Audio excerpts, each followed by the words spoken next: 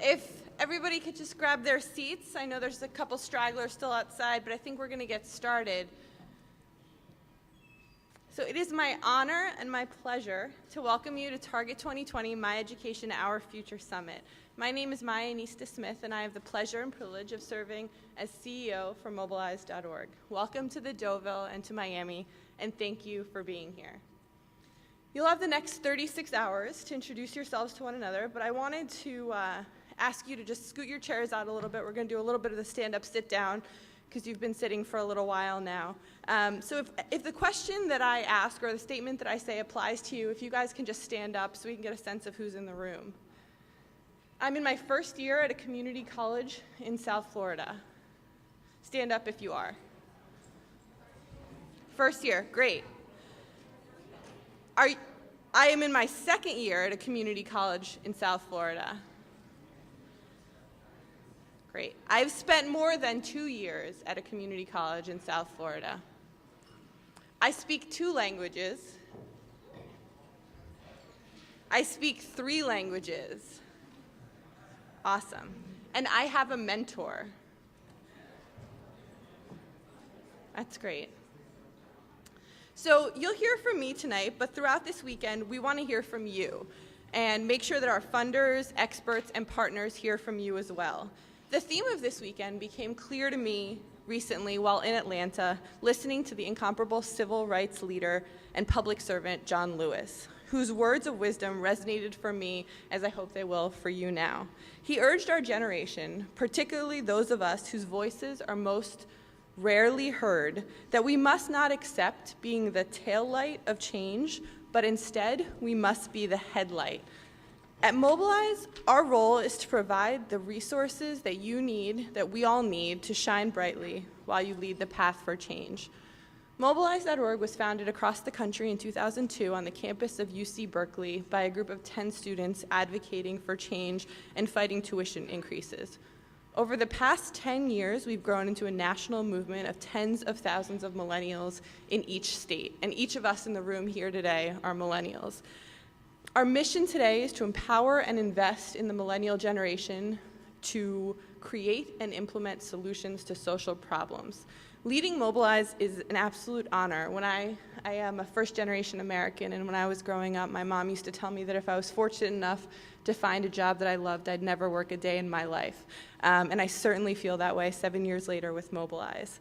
The work that I'm most proud of is the work that we do with the Mobilize.org summits, which you'll dive deeply into this weekend. 4 years ago, almost 5 years ago now, we began hearing from young people that the issues that they were facing weren't being addressed, that they were sick of being spoken to as if they were future leaders instead of being recognized for the immense capacity that we have to impact change today.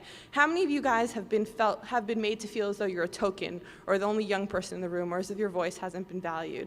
It certainly happened to me a number of times. And so we heard this frustration, and together we launched the Mobilize.org Summit model, which is a set of initiatives to ensure that young people have a voice in building the democracy that we're going to inherit. Our work convenes millennials to talk about the most pressing issues that they're facing. This weekend, we'll be talking about education and the community college completion rate. We provide an opportunity for millennials to work collaboratively to propose solutions. And then the most exciting part is on Sunday, each of you will turn into high-stakes philanthropists, and you'll be giving out $25,000 to the projects that you think have the highest likelihood of success. How many of you in the room are presenting on Sunday? Awesome, good luck. I have nothing to do with it, although I do accept bribes. Today, we are kicking off our 12th Mobilize.org Summit, and it takes many people to pull off an amazing event like this, so I just want to take a moment and thank the Mobilize.org team. The one person who we have to thank the most is actually shockingly in the room this time, so I just want you to join me in thanking Amber Cruz.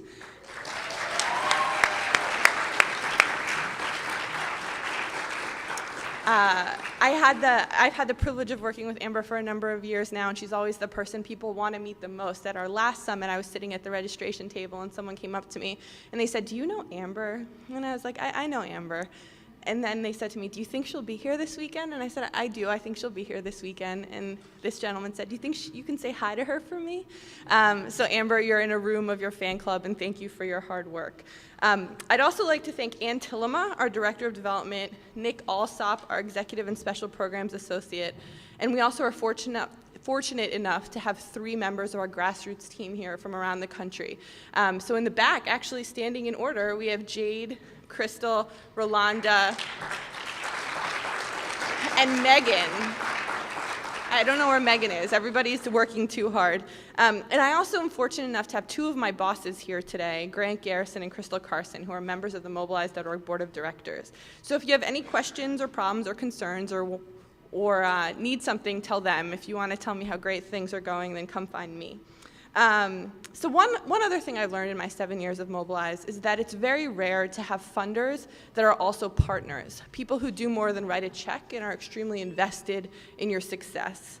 And so I just want to thank 3 of our funders who've made this weekend possible. The first is the Gates Foundation for their commitment to post-secondary success and for believing in the ambitious vision of our work. I remember first sitting in their office and just saying, trust me, if you let me bring young people together to fix problems, the results will be amazing. And 12 summits later, they certainly have been.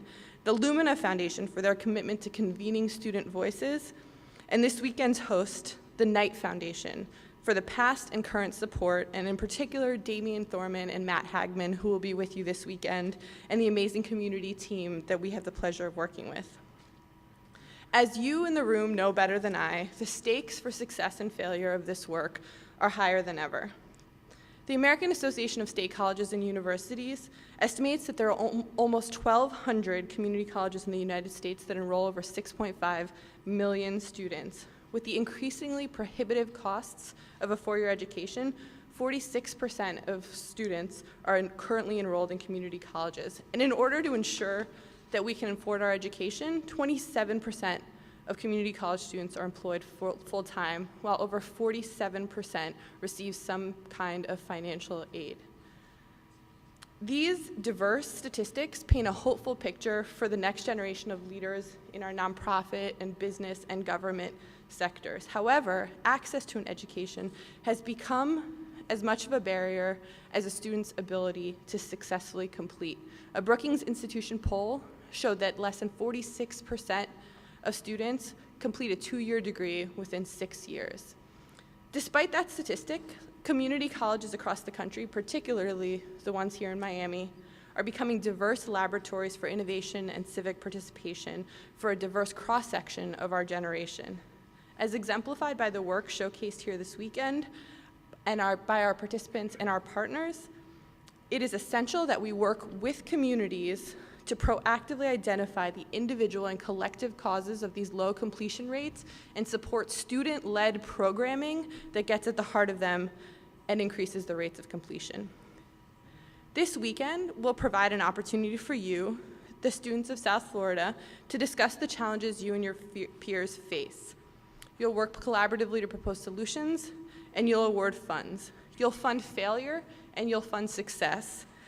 And as is the case in our democracy, we'll learn a lot from both of them and realize that only together can our best work be done. After this weekend, we'll have invested over $200,000 in millennial-led projects. We funded 49 projects on such crucial issues as the returning issues that our veterans face when they come home from Iraq and Afghanistan, increasing civic engagement and use of technology, and increasing financial literacy. We're just getting started, and we thank you for being here and for participating actively this weekend and for the hard work that you're already doing on campus and off campus. It's now my pleasure to introduce Shadil Estepan to introduce Dr. Padron. Thank you very much.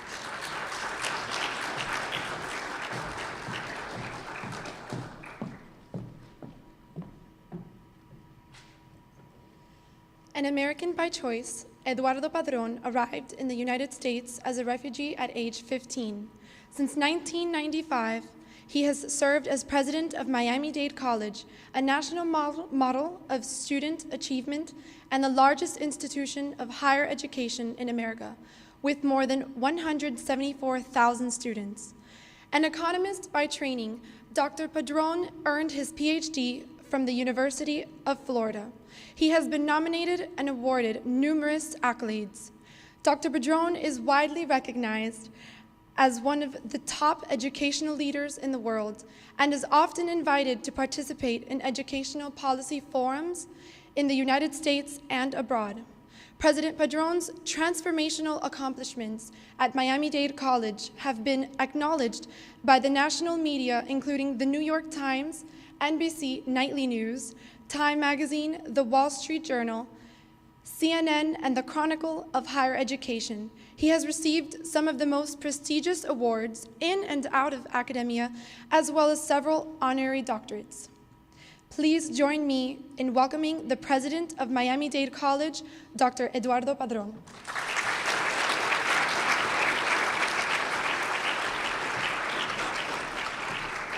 Thank you very much. Thank you for that very wonderful, generous introduction.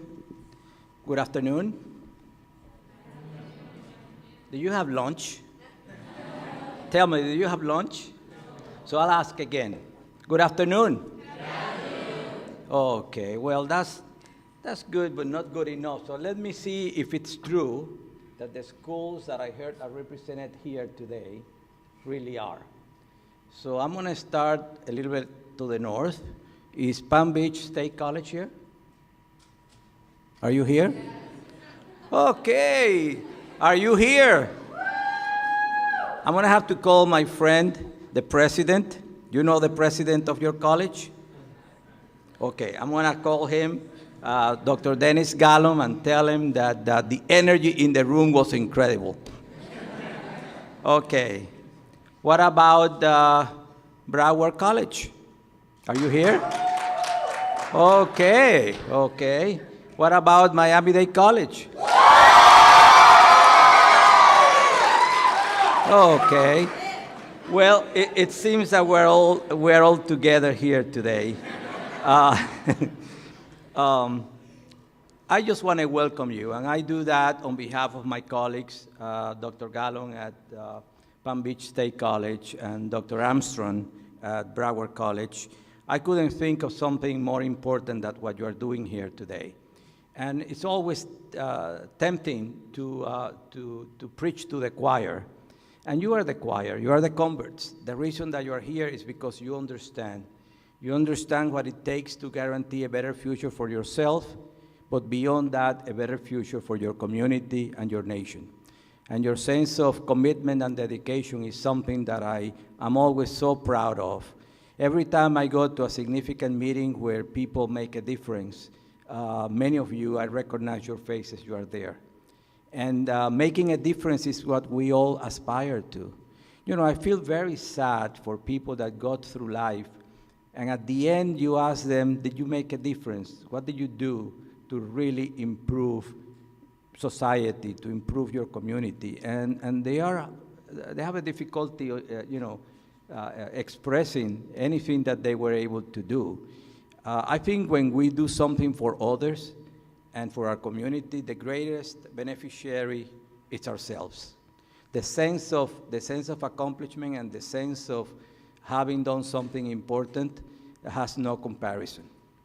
So it's wonderful that you have this opportunity. And I want to take a moment to really express a commendation to mobilize.org and Maya and all of you who work here, because you are doing a terrific job, not only here, but for the entire country. So let's give them a big, big round of applause.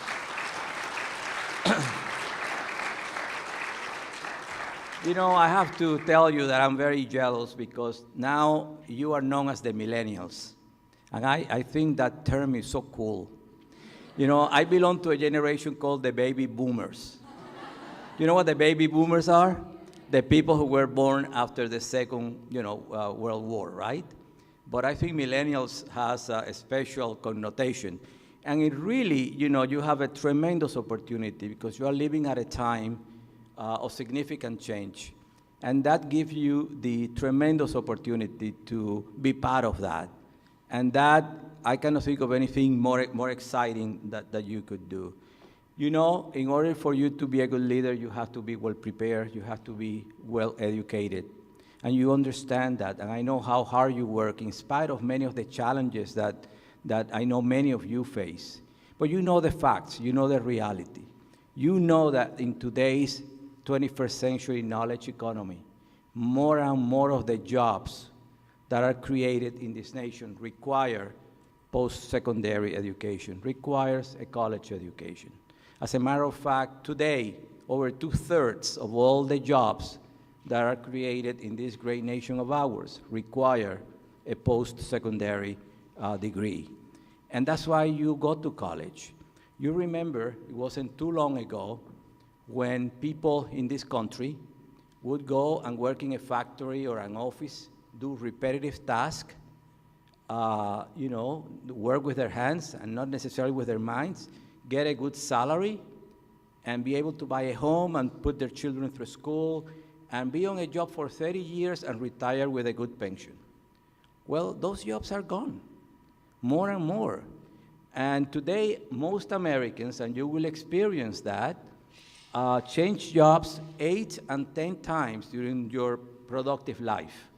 So the idea of one job for an entire life is something of the past. And in order to do that, you need to know how to navigate the job market, how to navigate the new economy, and you have to have skills that are required in order for you to be successful. And again, that's why you are in college, and that's why you are not giving up. It was a time, again, not too long ago, that with a high school diploma, you could achieve the American dream. You could, just join the middle class. Unfortunately, today, the high school diploma, while a very important first step, if you only have that, the kind of jobs that you can aspire to get really does not help you to achieve the American dream, the idea of having a real good job. And most people that stay there only, stay in a cycle of poverty, not able to support their families because the salaries that you get are not enough. And if you look at the unemployment in the United States today, you know that people with just a high school degree, let's not talk about the dropouts, with just a high school degree, and these are national statistics, have more than double the unemployment rate of people with bachelor's degrees. So does it pay to go to school? What's the answer? You know that. So again, I'm preaching to the choir, but I think it's important that we all recognize that, unfortunately, we live in communities with too many young people do not realize that. Do not realize that, and they fail to go to college, they fail to stay in college, they drop out, and then they become casualties of the new economy. Not to mention the earnings and all the other benefits of having a good degree. So you have a lot of tools at your hands. You have Facebook, Twitter, and the things that are invented every day. When I wanted to communicate when I was your age, I have to write letters and say the letter is in the mail and it will get there a week later. Today, with the press of a button, you have the whole world at your disposal. You can communicate with a lot of people instantly. And that's the problem that I face today, because people send me emails, including some of you, and you expect me to respond immediately. That's the wonder of the new technology that we face. The other thing, to close, is the fact that you understand the importance of civic engagement. You understand the importance of service learning. You know that becoming a real professional, becoming an educated person requires you to really be involved. The importance of voting, the importance of helping others, the importance of getting together to help change the world. Because if at your age you don't aspire to change the world, we're in big trouble. So I hope that you're going to enjoy this weekend, that you're going to get the most out of it. I wish already well to those of you who are going to get the prizes to implement your programs. And I look forward to hearing about the winners and the results of your projects. But the real reason why I wanted to be here today, besides being with you, is to have the unique opportunity to introduce to you someone very, very special. So it's a privilege for me to introduce one of the most accomplished political leaders in Florida's history. And as far as I'm concerned, a national treasure. Of course, I'm referring to no one else but Bob Graham. Senator Bob Graham.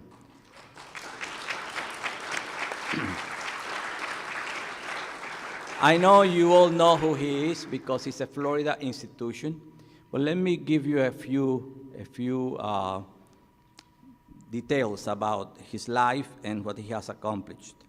As you know, he's the former two-term governor of Florida, 2 terms, and served for 18 years in the United States Congress.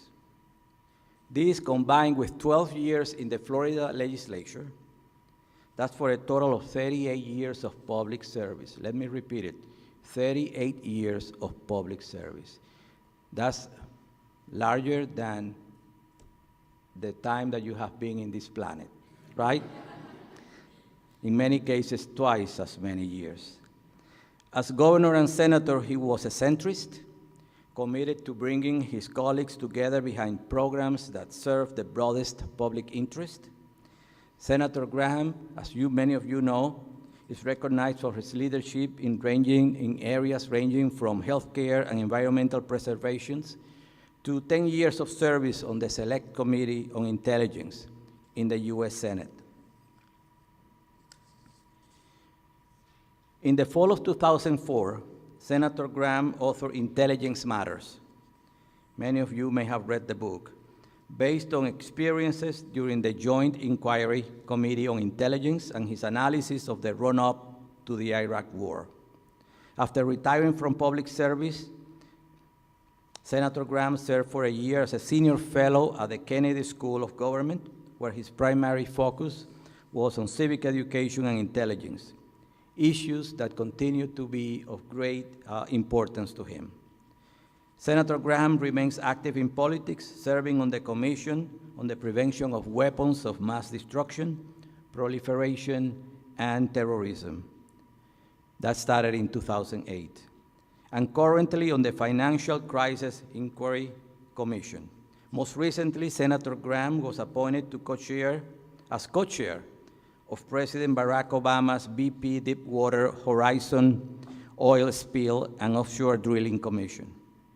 In addition to his commission-related activities, Senator Graham is the author of a new book on civic participation entitled America, the Owner's Manual. The goal of the book is to provide people like you and me with the means and motivation to go out and influence decision makers to achieve positive change in our communities. Senator Graham serves as the chair of the Board of Overseers of the Graham Center of Public Service. This center, with a home at the University of Florida, commenced programs in the fall of 2007 in the areas of public service, homeland security, and the Americas, subjects in which he has been deeply involved during his career in public service. Today, he's here to talk to you about the importance of increasing college graduation rates and how you, the millennials, can be more active participants in the community. So now, with no further ado, it gives me great pleasure, and I ask you to join me with a big round of applause welcoming one of our nation's great leaders, Senator Bob Graham.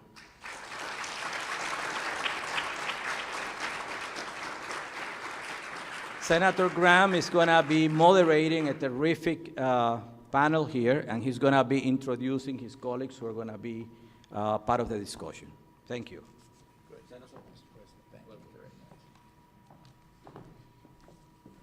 President Patron, when you give up your position at Miami-Dade College, I'd like to have you as the designated introducer for all occasions. Congratulations for being here. You were selected because of what you have demonstrated you can do and for your potential to do even more. I completely agree with the proposition that our future is you. You are going to lead this country for most of the 21st century. And how well you do it, how dedicated you are to a better future for all of our people will have a dramatic impact on the America as we enter the 22nd century. Today we're here to talk about millennials, and particularly millennials in South Florida. I'm not going to repeat information that you know, but the diagnosis, you've come to the hospital, you have seen several physicians, they have reviewed the state of your health, and they have found that the state of civic health of millennials in South Florida is not good. Now, it's not bad enough to be in the intensive care unit, but it's bad enough that you can't be released from the hospital yet. It also is an illness that can be overcome. There is a prescription. The problem is we don't know precisely what that prescription should be. And so we're turning to you, the people who know the most about this generation, because you are living this generation, to answer the question, what can be done to enhance the sense of civic empowerment and civic activism among millennials, particularly here in South Florida. We have a distinguished panel to discuss this and to respond to your questions and comments. And I know the panelists hope, as I do, that this will be a real dialogue, not a series of lectures. Our two panelists are Dr. Alberto Carvalho, who is the superintendent of the Miami-Dade school system, and Dr. Lenore Rodesillo, Executive Director of Miami-Dade College Student Success and Completion Initiatives. I'd like to ask if Dr. Carvalho and Dr. Rodesillo would please come forward.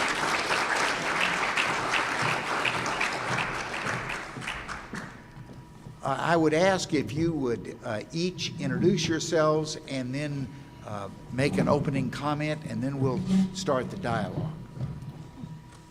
Ladies first. Thank you. Good afternoon, everyone. As Senator Graham said, I'm Lenore Rodesillo. I am Director of the Student Success and Completion Initiatives at Miami-Dade College. And this is a relatively new set of initiatives that we've begun as of the summer.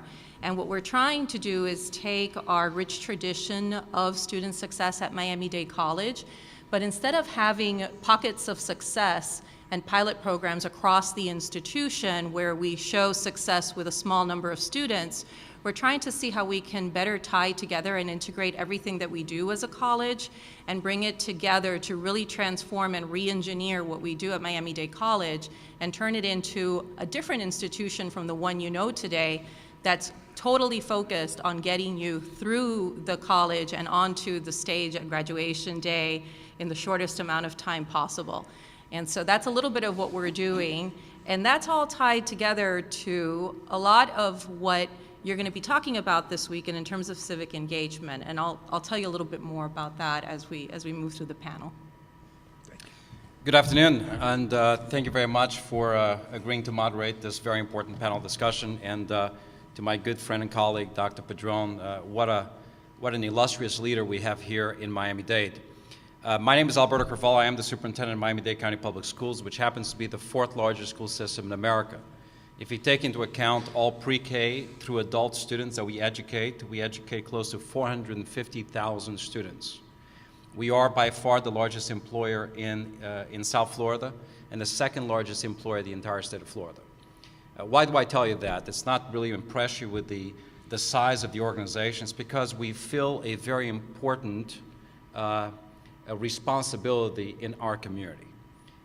The public school system here and across the country is the largest workforce development and hope builder in America today.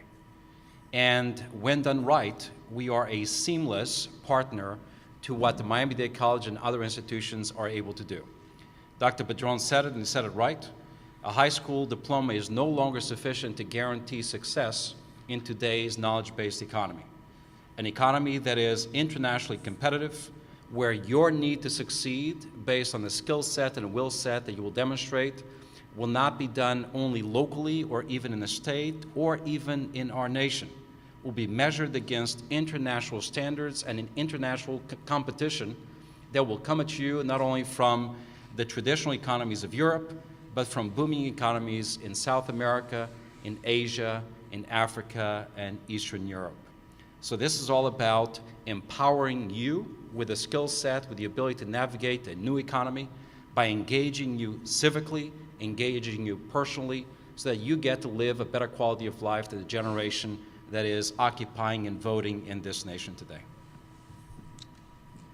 I'm going to start by asking a few questions, and then I'd like to open it up for your questions or comments.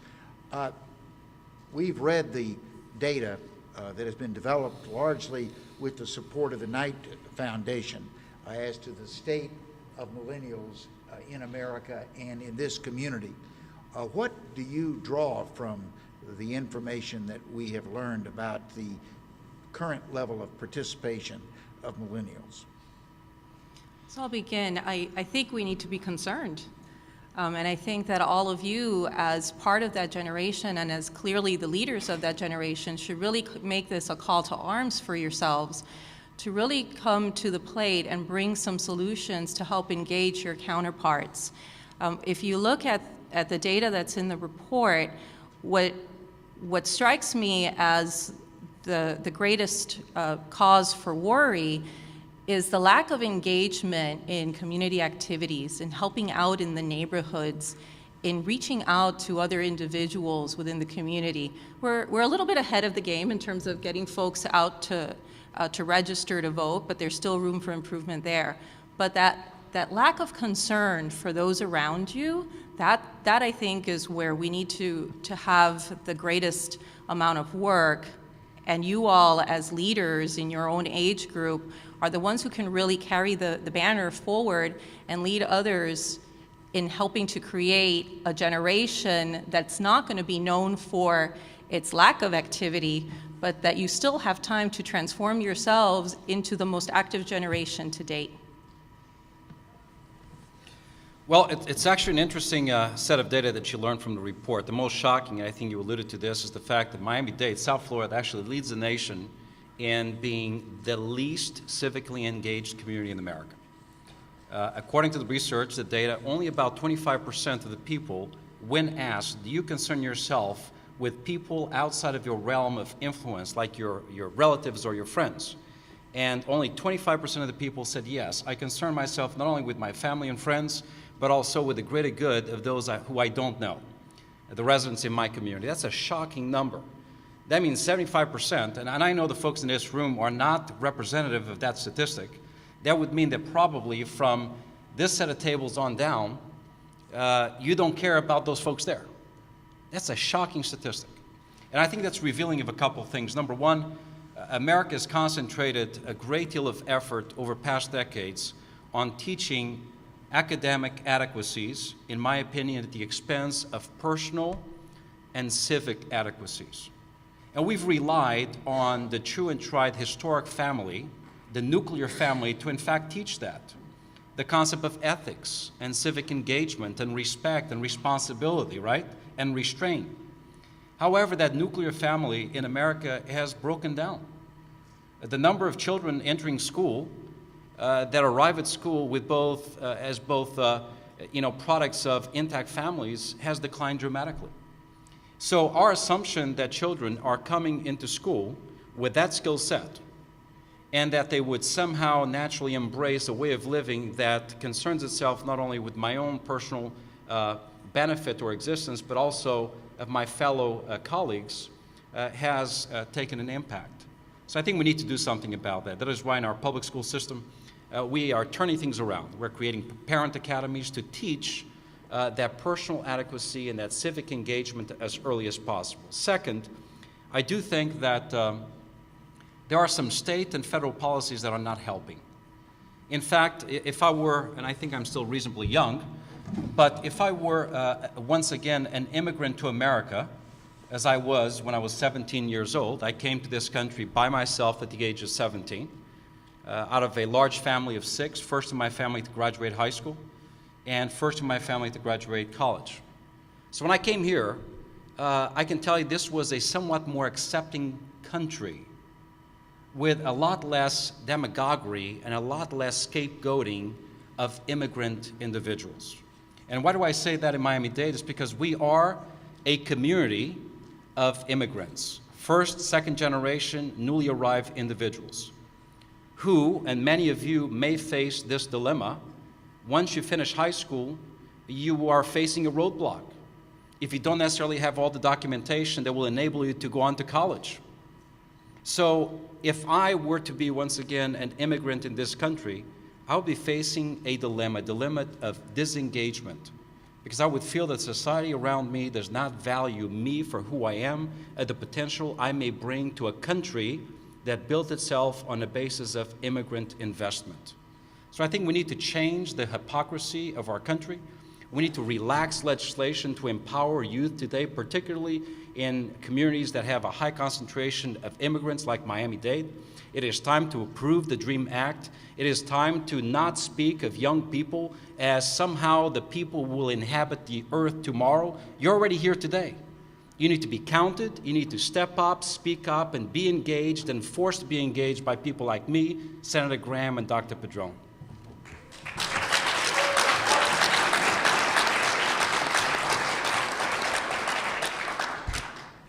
Each of you has laid out an important part of the diagnosis of the problem. We're still in the hospital, and now you're looking at this ill patient, but a patient, because of their youth and vigor, that we have great hope can recover. What's your prescription to the diagnosis that you've given us? How do we do better in terms of our young people engaging in their own communities, being interested in that other 75% of their fellow citizens? Well, I think first we need to start by realizing that, yes, we've got an ill patient on the table, and for a long time we've been trying to treat that patient with Band-Aids, but what this patient needs is open heart surgery. And that's one of the first things that we need to realize. If you look around this room, look at the people sitting around you. Take a look at who they are. Look at their skin color. Look at their hair color. This is going to be America 10 years from now. The shift in majority-minority is changing, and the community in Florida really represents, especially down here in Miami-Dade County, really represents what the nation is going to look like a few years from now. And so again, more than ever, it's important for you all to really rise up and be the ones that take charge of this community. And the best way to do that is through education. So all of you are at the college level right now, and you're all at a community college. And the community colleges have been, they've gotten a bad rap for many years. A lot of, you've probably heard of the grade 13 kinds of comments about community colleges, and it's not the same as going to an Ivy League school. But if you think about it, where else can you really engage in the community? These are commuter schools, and so it's not as easy to get engaged because you don't live in a dorm. You don't talk to other students as much as you would if you were to go away to college, for example. And that's something to keep in mind as you go through your education. And what we can do as an institution, as community colleges, is to make the most out of the fact that you are out there in the community. You go back home. You don't stay on campus. You have jobs. You live in this community. And who else can better contribute to this community than all of you?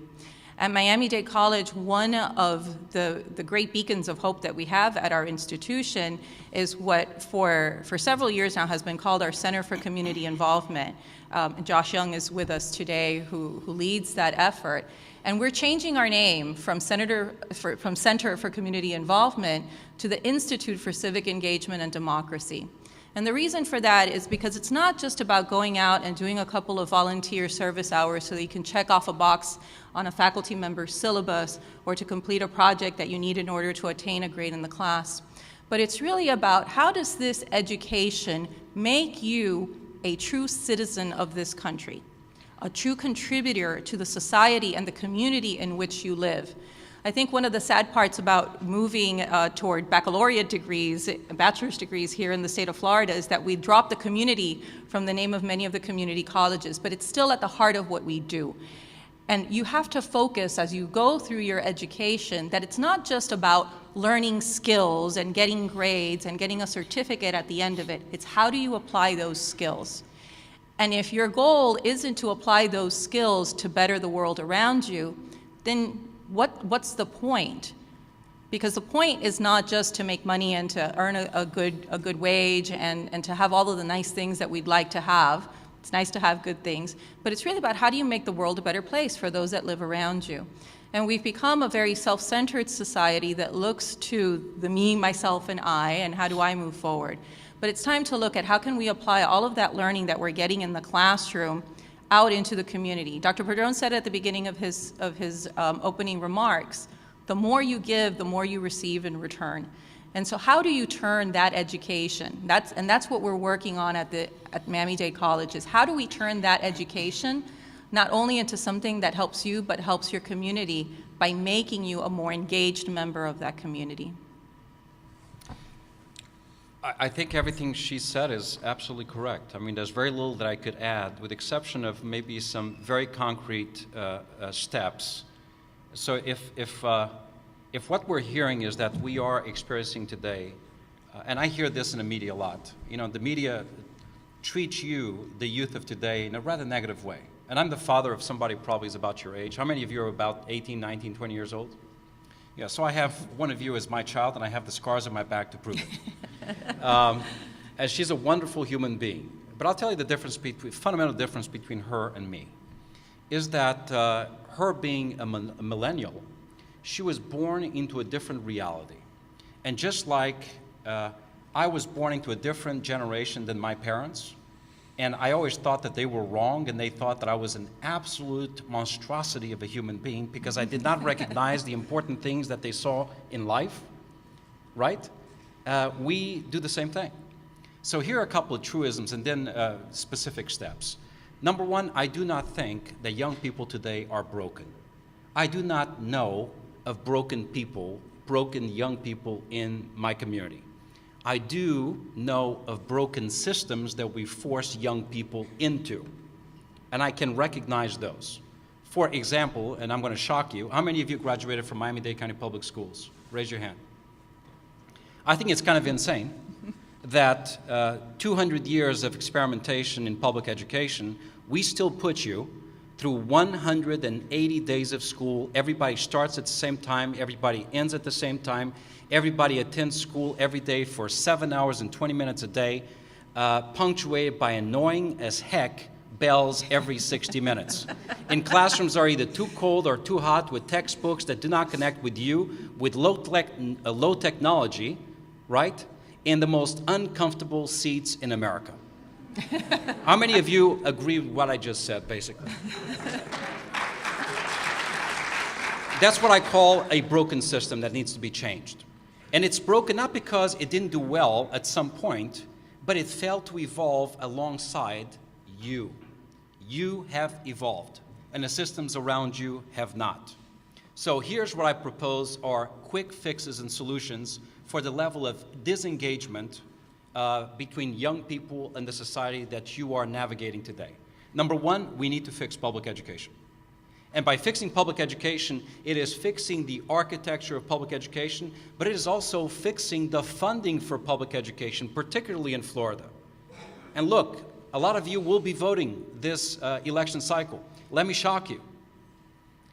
Let me shock you. A lot of people talk about boosting graduation rates, right? You know how you boost graduation rates? You know how you boost acceptance rates into Miami-Dade College or Broward College or Palm Beach College? You invest in early childhood education from birth through grade 3. So let me shock you. Do you know how much the state pays for a child to enter pre-K? About $2,000 a year. Up north, it's about $6,000 a year. For those of you who just left high school, the state barely pays $6,000 a year for a high school education. In Washington, D.C., it's about $20,000. Now here's the shocker. Do you know how much the state pays to, should you break the law, to incarcerate you in the state of Florida without taking into account health care expenses should you get sick while in jail? $52,000 a year. This is a state that has irreconcilable priorities when they come to what's good for kids. So very quickly, number one, we need to expose you early on to real-life adult situations, internships, externships, so you get to mimic and be mentored by the very best in our community. Two, the power of voting is powerful. And I can tell you, just this past week, we, at a time when the state of Florida is purging voters, we enrolled 13,000 new voters right here in Miami-Dade. Three, we need to make civic education as important as anything that's measured by the FCAT. That is important as reading, writing, arithmetic. Civic education, so you are aware of your political and economic rights. Next, we need to have a clear community path for you, from birth all the way through grade 20. That means 12 years of public education, plus 4 years perhaps of college, and then all the way through postdoctorate work should you choose to do so. Good, smart communities have that master plan laid out for all of its citizens. We're not there yet. We're not even close. We're not even talking about developing that type of plan. You have mayors, you have commissions of education, you have political entities, everybody running their own little fiefdom, very few people coming to the massive community table of need and declaring priorities and action plans to address your specific needs. Well, friends, I think we've just had a very impressive statement of what are some of the potentials. Now the question for you is, what are you going to do about it?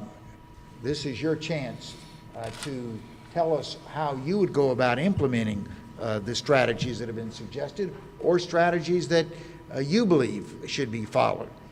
If you have comments or questions of our panelists, this is your time.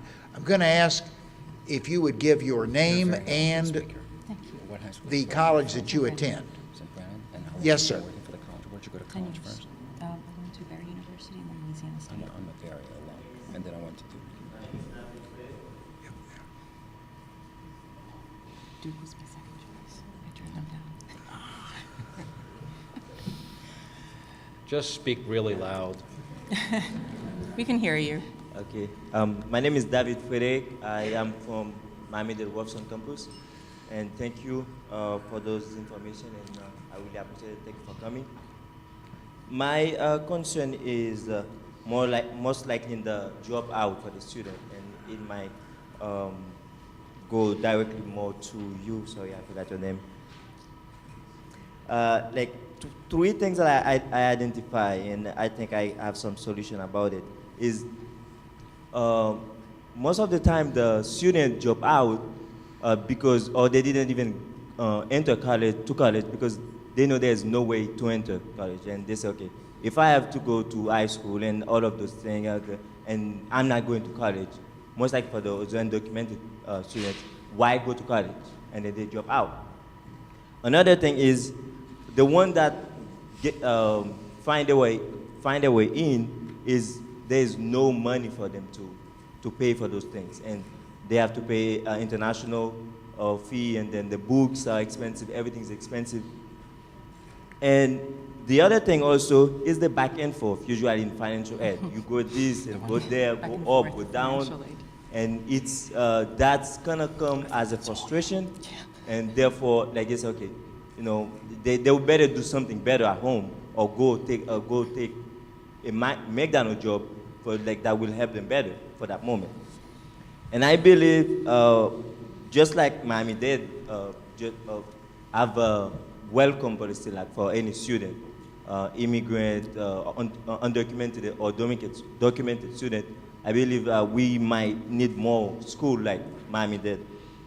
And also, most of the scholarship, usually they say, okay, you need to apply for financial aid first. And then when that person is undocumented, that person is not gonna apply for financial aid. Therefore, that person is not gonna get that scholarship. So I believe more opportunity in that scholarship for undocumented students. And the other thing I was gonna say is, for the back and forth, if we really want the success, because it's also dependent about the financial issue, we need to have a go-to person, not only Miami-Dade, but also the school, a go-to person, someone that you're not gonna have to meet 5, 10 people before you met him or her. So make it more accessible, and that person will say, okay, you need this, you need that. And I think that will help a lot.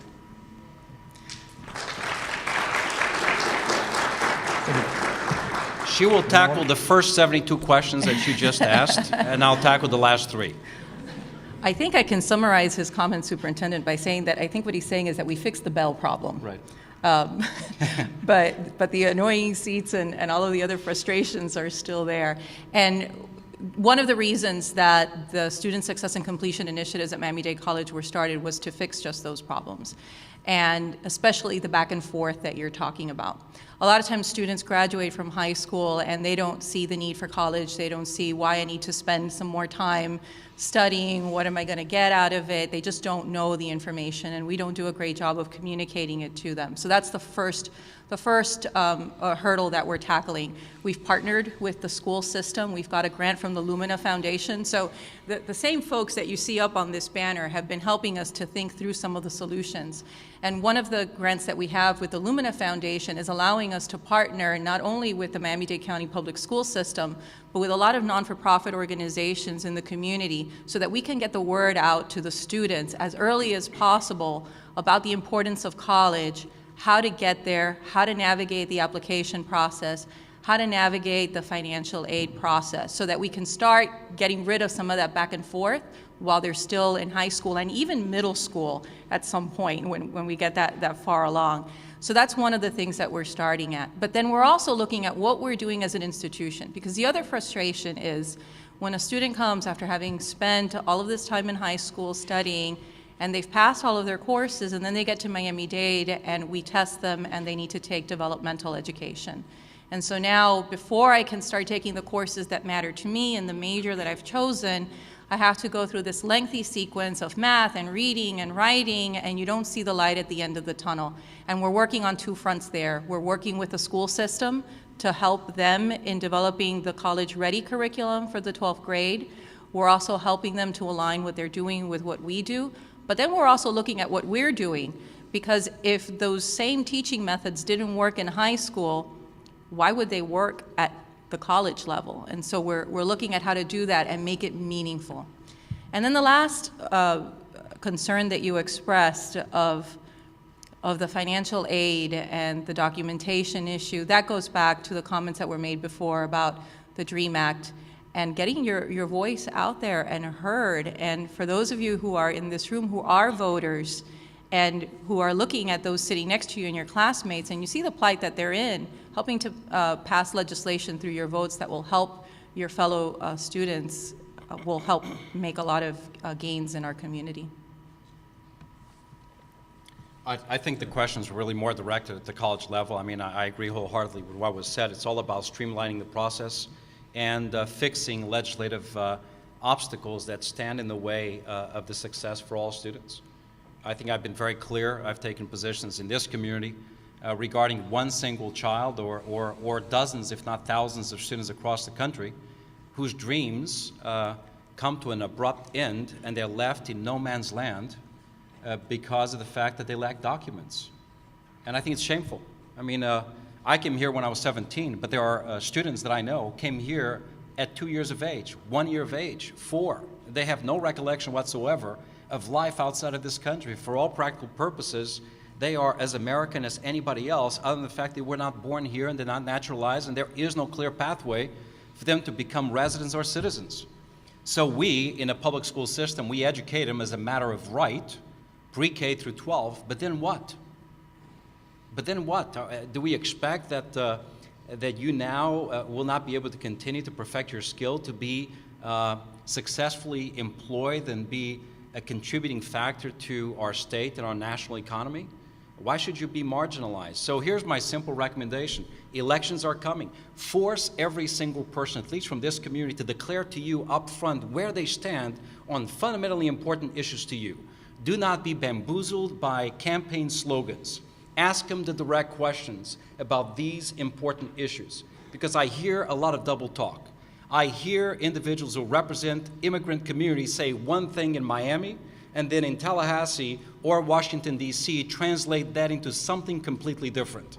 And it is time for people to actually do what they say, mean what they say, rather than hiding behind the thousands of miles between here, Miami-Dade, and where they cast their votes. Let me ask you a question. Dr. Padron started with a number of questions following in that tradition. How many of you have ever sat down with an elected public official to discuss a concern that affected you or your family?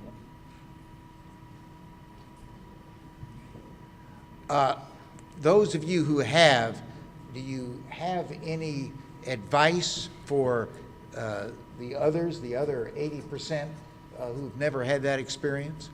How can you get a public official to understand this, what Dr. Cavallo has said relative to the student who suddenly comes to the end of the railroad tracks and there's no future? What would be your recommendation as to what people like yourselves could do to change the attitude and policies of your elected officials? Yes. I think it's more about letting them know that you're here. Good afternoon. My name is Janet Nunez. I am from Miami-Dade College, from North Campus.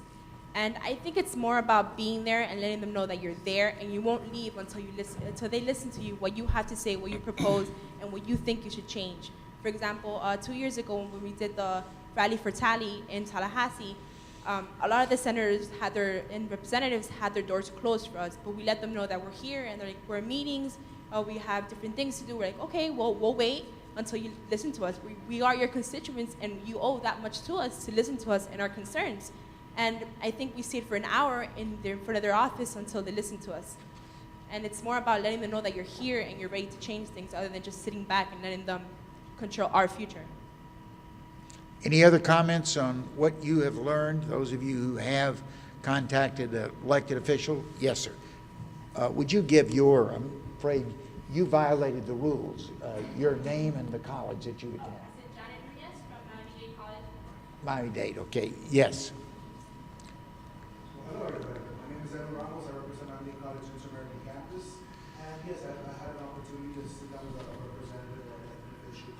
And we spoke a little more about this tuition for our undocumented students. And what we always get is yes, yes, yes, we can try our best.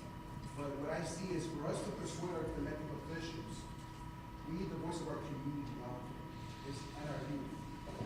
You know, we're here saying yes, we're going to go out there, a small group to go out there. Hello.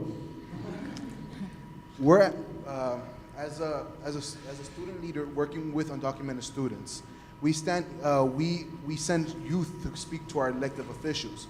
But what moves a person is not by the amount, but the amount of people going up there fighting for that same issue. You know, I've had the opportunity to work with these organizations, and we've made things happen. You know, we're here. We are our leaders here. You know, if we want something done, we have to get our community involved. We must get media involved to say that we have a voice, and we're here to fight. You know, we want something, and especially with the elections coming up, you know, we speak about the DREAM Act. We speak about bills that could help undocumented students continue on their education. You know, we have an opportunity right now to express our voice, and remember, we are the voters. You know, we are voters. We are ones that we could decide their election. You know, we want something. So I say, you know, if we all stand up together and form our community within the state of Florida, because we're one of the states that can move the election, we can make a big difference within our country. Thank you. And that's what the name of the organization that brings us together is all about, and that is there's power in mobilization, where it's not one voice but many voices providing a consistent, well thought message, and then holding people accountable.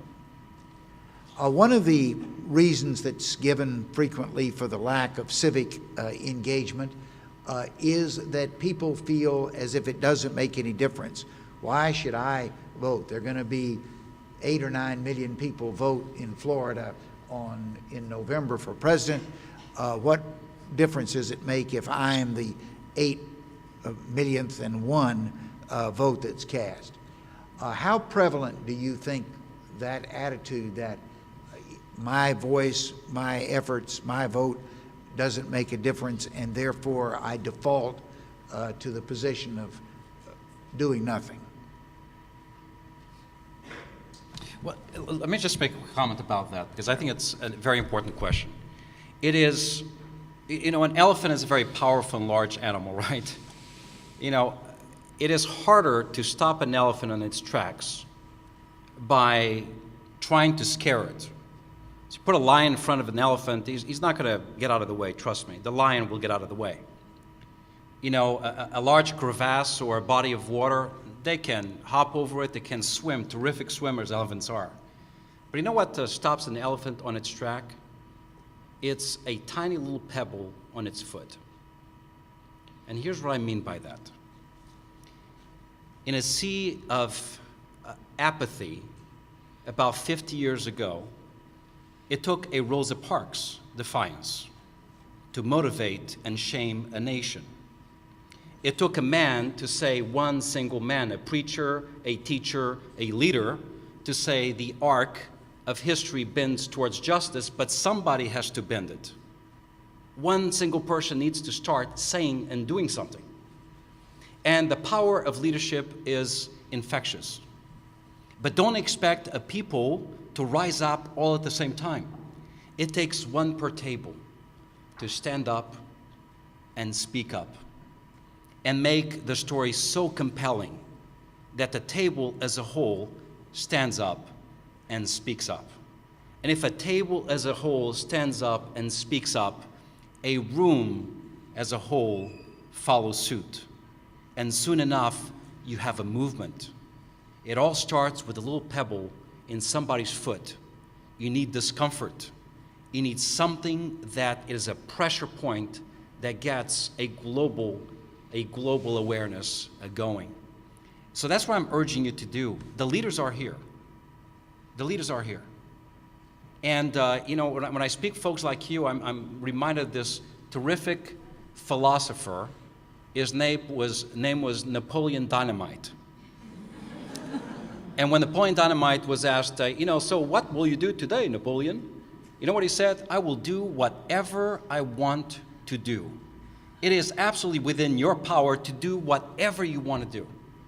And don't let anybody convince you that you can't.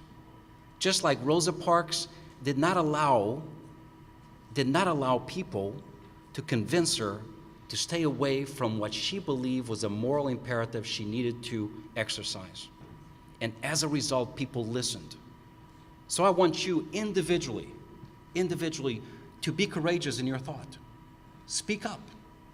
Energize other people in following suit. And trust me, if you do that, if one of you gets everybody on that table to stand up, you will make a difference. Do not underestimate your own ability. And do not allow your innate ability under God to be stifled by others. You can do this. It is on you. It is absolutely on you.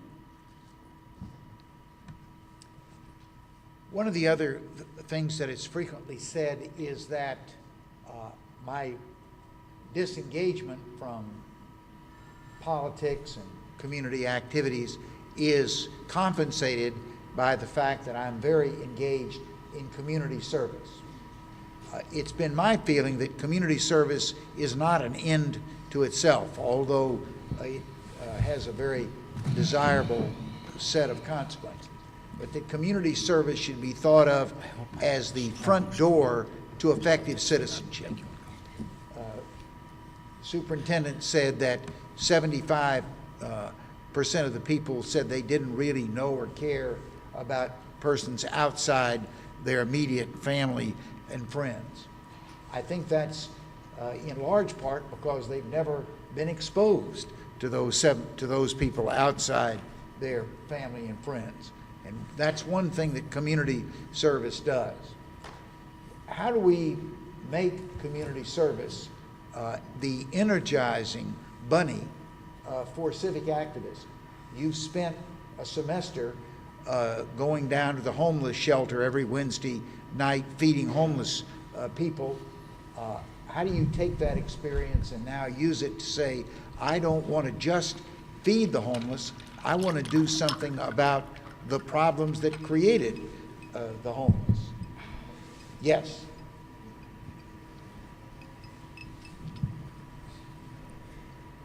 Hi, my name is Nicole Cabrera, and I represent Miami-Dade College Kendall campus. And I think what I can draw back upon was something that Mr. Carvalho said, was if we start at the elementary level, like informing students and parents of the importance of civic engagement, then they'll value service learning or community service more. One of the aspects as a high school student of the Miami-Dade County public system is that having 75 hours of community service forced upon you as a graduation requirement is not appealing to students. A lot of students pick something easy to get it over with, and they don't see the importance of it. And I think something new and interesting that I learned when I got to the college level was seeing it as service learning. There's that learning aspect. I'm not completing hours to graduate. I'm trying to learn about my community and about what I, as an individual, have the power to do. So one of the main aspects is, seeking out these young minds and fulfilling them with information about everything that they have the power to do, and that way when they get to the high school and to the college level, they value its impact and they understand more what they can do with it. I want to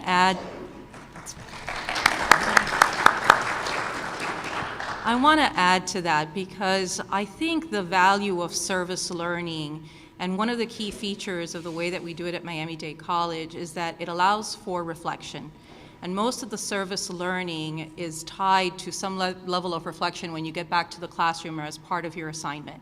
And we've lost a lot of that as a society, reflection.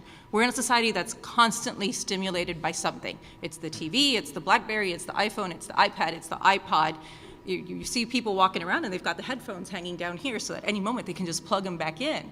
And so we've lost that quiet time, that time of just stepping back and reflecting on it.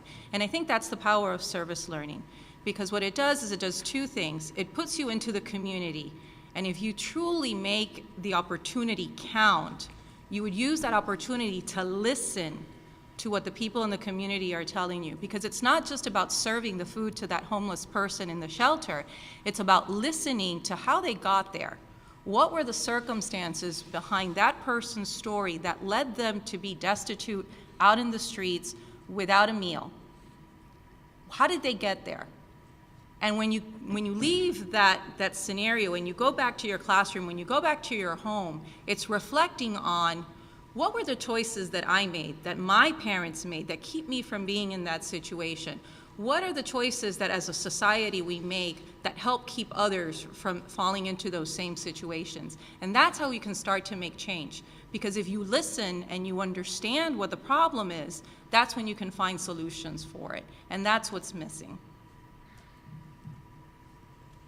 I couldn't agree more that one of the things that active involvement does is it changes it from being an intellectual process to being an emotional process. If you see people in need, you relate to them as a human being.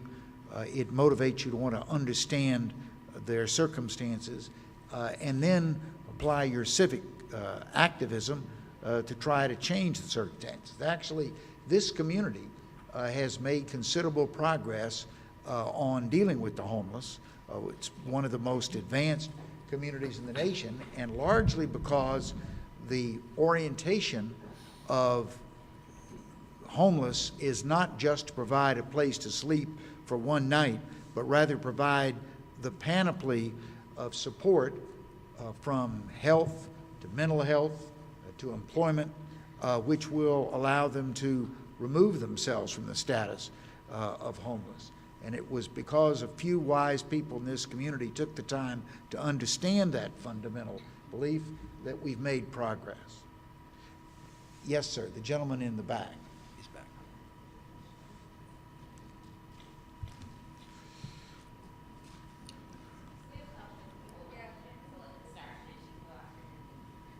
Okay, if you would hold, sir, we've got another student. Hello, my name is Makisha Noel, and I'm from Miami-Dade College Wolfson campus. I kind of want to piggyback on what the lady from Miami-Dade College spoke on about service learning. I actually think that service learning is really important in high school. And right now it's just seen as just community service, do 20 hours, for the requirement for graduation. And I believe if we started implementing, and small changes would lead to a big change. But if service learning was implemented in high school, students would be benefiting the community. They'll also be working in the area where they want to be. For example, if I wanted to be a teacher, I can do service learning by going to school and mentoring and just different things like that, so that when they come to college, it's not, oh, I'm undecided, because that's a huge barrier to, with college completion. We come into Miami-Dade and then we stay there for like 5 years because we don't know what we want to do, or we're taking the wrong classes. So that's one thing I wanted to mention about service learning. And I also want to make another point about the individualized educational plan. Is Dr. Padron here? Okay, the individualized educational plan. Basically, that's where we go to an advisor and we write the classes that we want to take for each semester. And this is also where we're going to implement, and one of the initiatives that we want to do is to have an educational plan for, let me use the teacher example again. If I want to be a teacher, for the classes that I take in my undergraduate, okay, I need to know these are the classes that I'm going to take in the spring. These are the classes I'm going to take in the fall. So it's just little things like that that will have people more aware of their community and what they also want to do in the future, so, to advance the community. And another comment about the superintendent, what she said about Rosa Parks, it reminded me that we should be a mixture of Rosa Parks and the Persistent Widow. I don't know if you know that story, but the Persistent Widow, how she was going to the unjust king. She was like, give me justice against my adversary. And then the king, the story is basically saying that he didn't fear God or man. He didn't care about people. But because the widow was so persistent, she kept coming, she kept bothering him, he gave her justice. And he didn't care about people. So that was an example to me. We should be a mixture of that and Rosa Parks. So.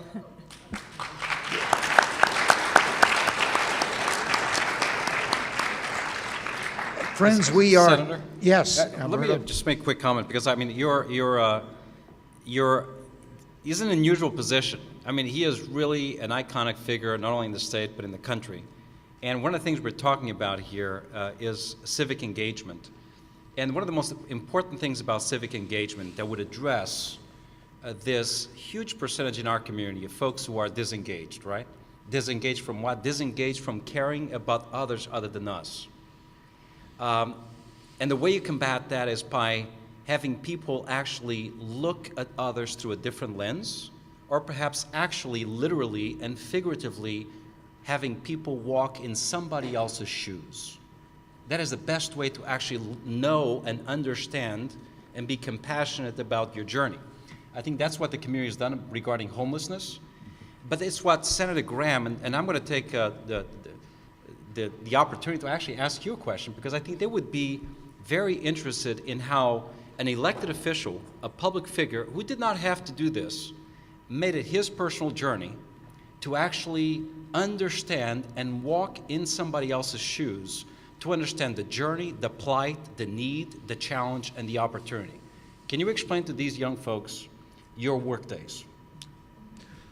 Well, my work day started in a school.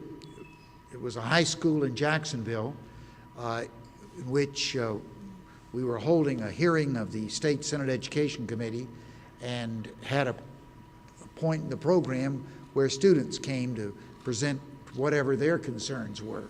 This particular day, the concern had to do with bad food in the cafeteria.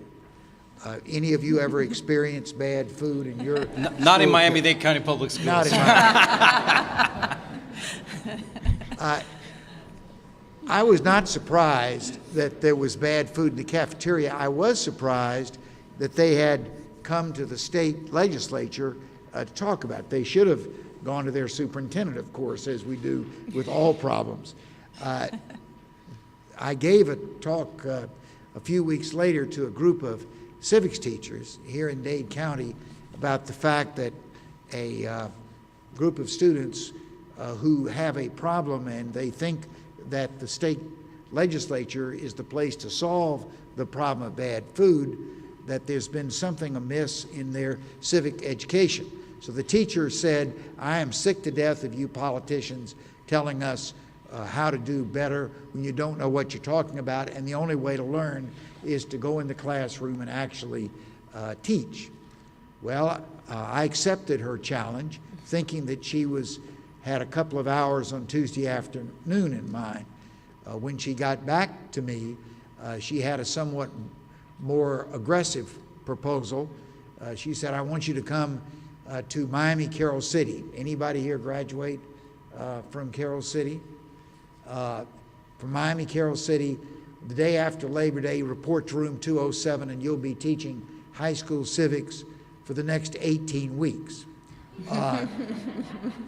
That was more than I had bargained for, but it was life transformation. I did, in fact, learn a lot about what it was like from the inside of a big high school. But I also learned the difference between learning by having someone talk at you, as I'm doing now, and learning by actually doing it and experiencing it, both at a mental level and at an emotional level. So I took that experience, and 30 years later, I did my 408th different job as Santa's helper at a program for disadvantaged children in the Florida Keys. But it was a wonderful part of my life, and I don't believe, at least I have not found any substitute for learning by actually putting yourself in the position of others. Friends, we are almost at the end of our time for this panel. I'm going to ask Dr. Roderick and Dr. Cavallo if they'll make some concluding remarks, but we have time for one more question or comment before we do that. Do we have, yes? Hello, my name is Maria Moscoso from the Miami-Dade Kendall Campus Honors Program. I just have a question regarding how we as students can involve ourselves not only in the community but in a global level to actually involve ourselves with what's happening in other schools and other events worldwide across the world. How can we do that? Well, one of the wonderful things about being a millennial is that the world really is at your fingertips. You've got the internet, you've got Twitter, you've got Facebook, and you can connect to just about anyone, anywhere in the world. I mean, if you look at the recent upheaval in Egypt, what started that? Does anybody know what started? Facebook. And so it's so easy to connect to others and to learn from others. And a student, actually, I was recently at a panel discussion, and a student asked a question of one of our campus presidents, where he said, how come other countries are outperforming us in education? What are they doing that we're not doing? So that might be something that you all think about. What are they doing?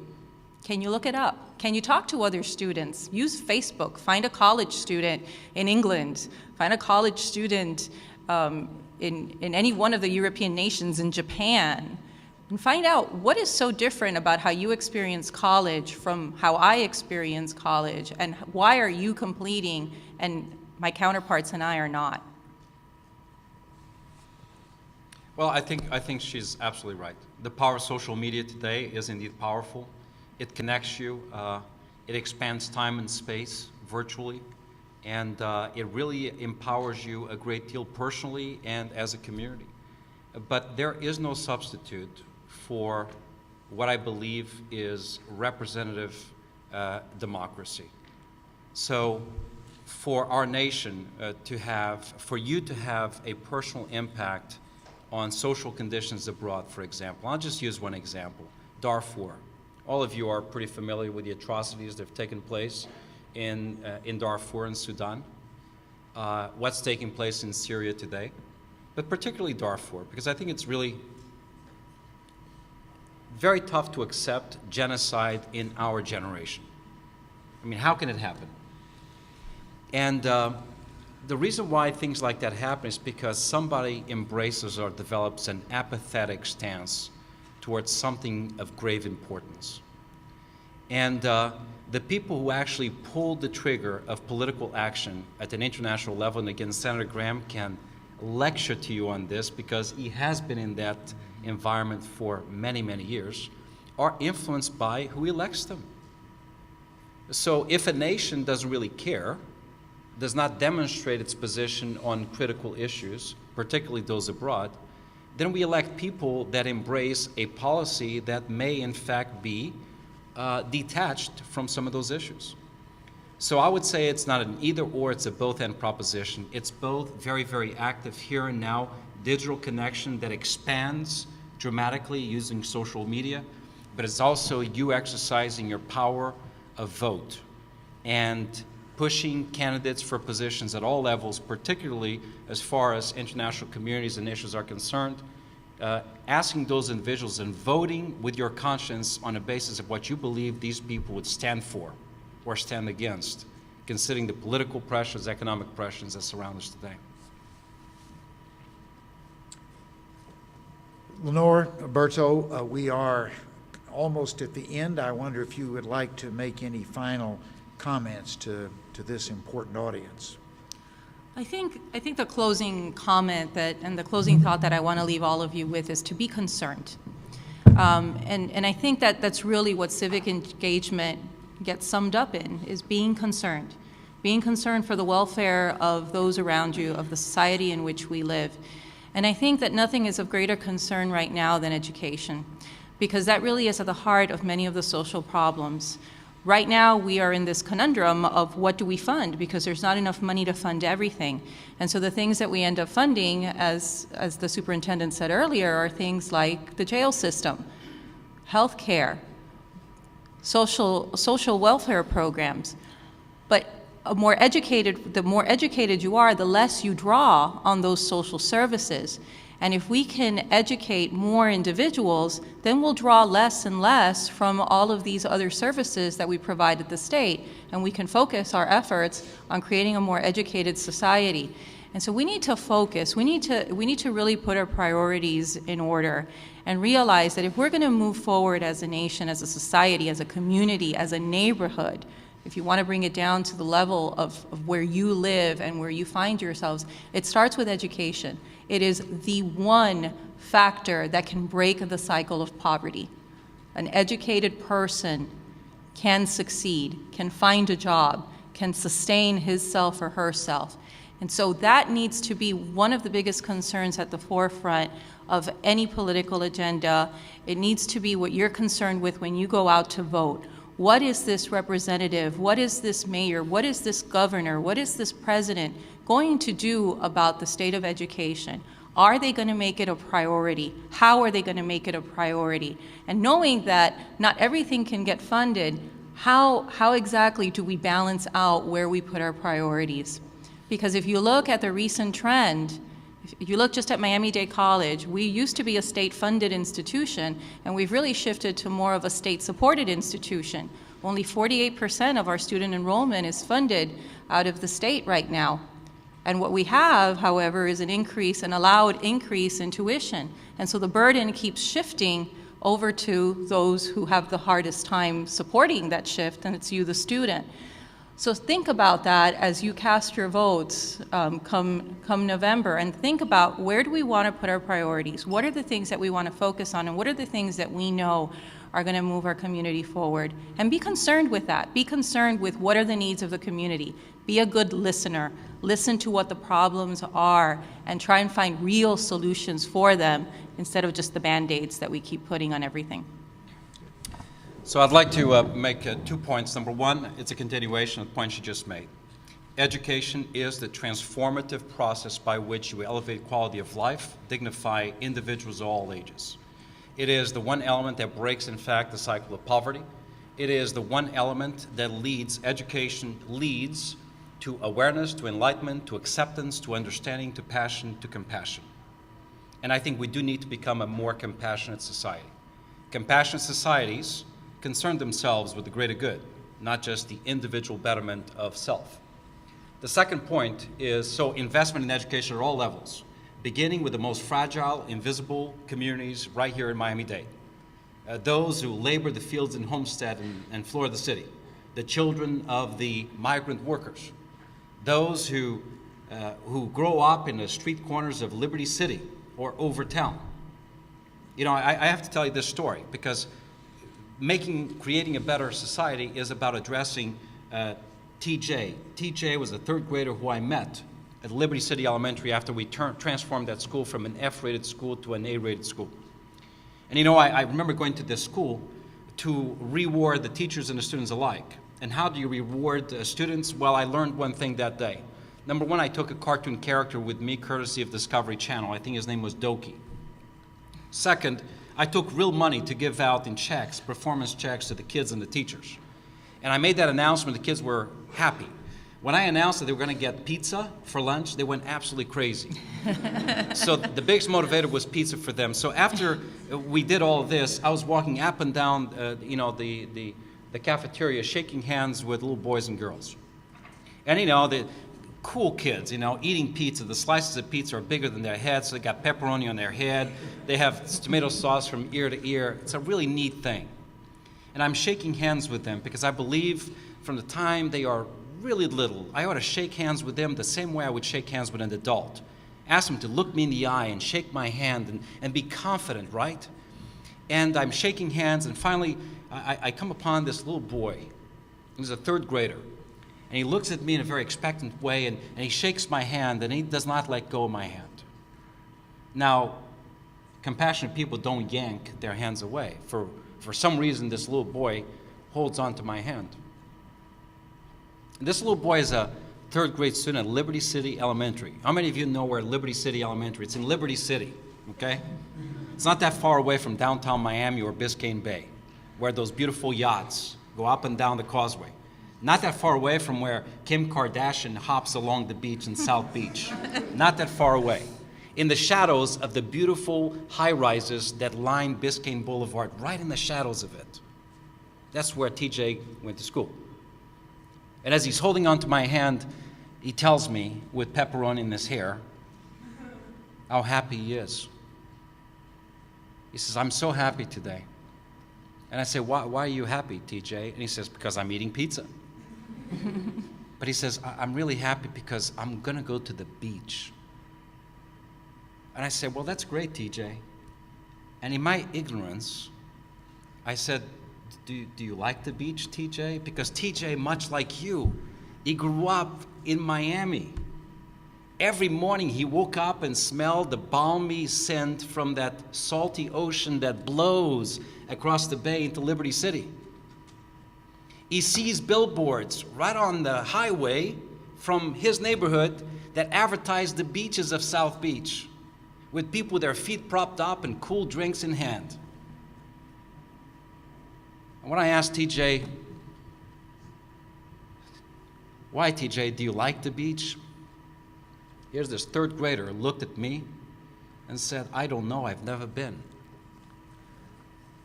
Why am I telling you this? It's because good societies, smart societies, do not allow a third grader lacking an opportunity to experience everything everybody else has a God-given right to experience. And if you live close to the beach, you ought to go to the beach. And you ought to have high-quality health care. You ought to have high-quality educational care. A bridge ought to be built from where you are to where you need to be to navigate today's economic realities. It's about empowerment. It's about empowerment. I don't want to leave you with sort of a a hopeless perspective. We talked about a lot of problems. I'm actually extremely hopeful. I think Tom Brokaw, and maybe the senator can correct me, Tom Brokaw wrote a terrific book a number of years back. It was called The Greatest Generation. And in Tom Brokaw's book, The Greatest Generation, he details the heroic sacrifices that men and women alike, often paying even with their lives, made in protecting not only the freedom in our country, but worldwide freedom by fighting in World War II. And I love the book, but the one thing, as I closed the book, read the last page, that I was inspired by is that Tom Brokaw could write that same book probably once again 20 years from now. Because I really do believe that your generation will be the greatest generation that ever lived. You're not linear people. You were born into a three-dimensional world. We believe that not paying attention, but I know you're multitasking. You're doing 6 things at the same time. We're incapable of doing that. So my hope for you is immense. You will end bigotry during your generation. You will find a cure for cancer. You will land a woman on Mars. You will do all of that. And in the process, still have time to write poetry, to fall in love, to dance, to be happy, and make others happy. That is the generation you're building. And I'll tell you, this is not just coming from me. It is coming from the smartest 12th grade philosopher that ever lived, Ferris Bueller. And Ferris said, life passes you by very quickly. If you don't slow down, stop and look around, you may just miss it. Don't miss TJ. Don't miss TJ. If you can't take somebody to the beach literally and figuratively, build their own success, and you will be bringing dignity and nobility to yourself.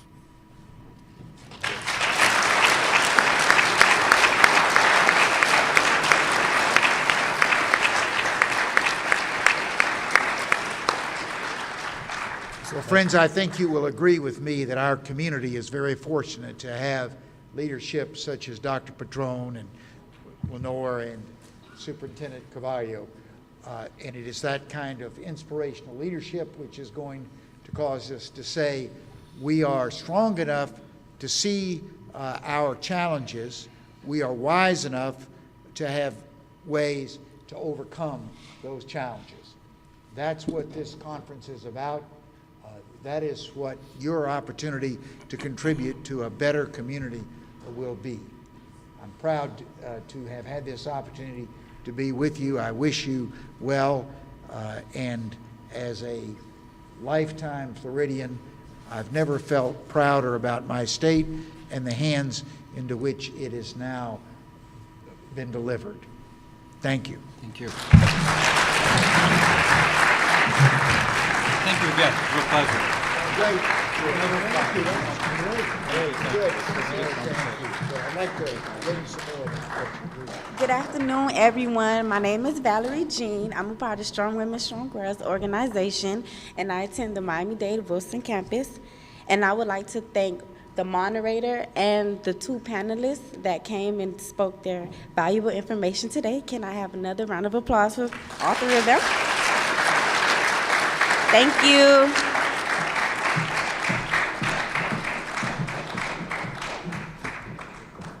Thank you so much to everyone who joined us this afternoon. That was a very powerful conversation, and thank you to the students who just jumped in and actively participated.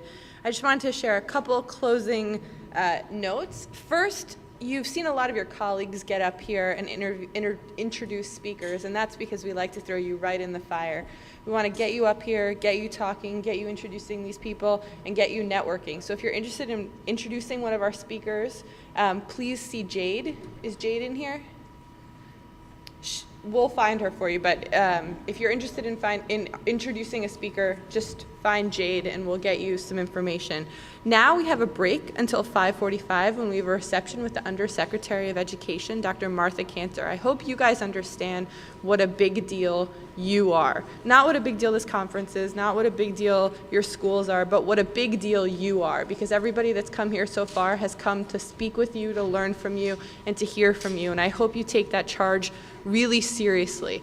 One of the most powerful ways that those stories get told is through networking. And so what we've done, because one of the things that I've had the benefit of over the past 7 years, is I've gotten to have really important conversations with some fantastic people, and I've gotten to follow up because I have these things in my wallet called business cards. And we've brought 155 funders, partners, students, academic leaders together for you. And in order for you to fully take advantage of this networking reception, we've created business cards for each of you guys. So you continue these conversations, and as people give you their business cards, you can give them back yours. And so as you walk out of the room, please just stop with one of our staff members and take the business cards. This is an opportunity to network, talk to people that you don't already know, and please take advantage of this. If you haven't registered and received your participant materials, can someone please stand up and model the Target 2020 t-shirt for me? Anybody want to? Yeah, beautiful. Turn around to your peers.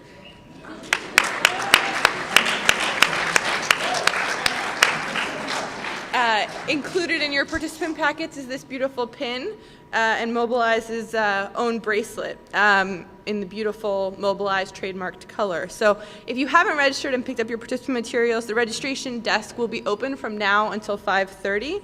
And lastly, you'll see that my staff and myself and a number of us are attached to our phones. And that's not because we're being disrespectful, and that's not because we're not paying attention, but because this is a conference that we hope is interactive, both with the people in the room and the people watching online today. I don't think we've mentioned it, but this camera right in front of me is webcasting this entire conference to people at home. So say hi. Hey, everyone out there. You can tell your parents, your family, your friends to watch, especially if you're presenting on Sunday. People can tune in and check it out. Moreover, the conversation is happening online as well. People from all over the world, we just got a bunch of tweets about the last speech from Lima, Peru, are participating online. So if you're on Twitter, the hashtag is #T2020. If you're not on Twitter and want to get on Twitter this weekend, we can have a conversation, sign you up, meet with our tech team, and get you on there. But just so you guys know what we're doing on these phones, we're talking about you to the world. So thank you so much for an amazing afternoon. We're looking forward to the next round of conversations, and we'll see you at 5:45.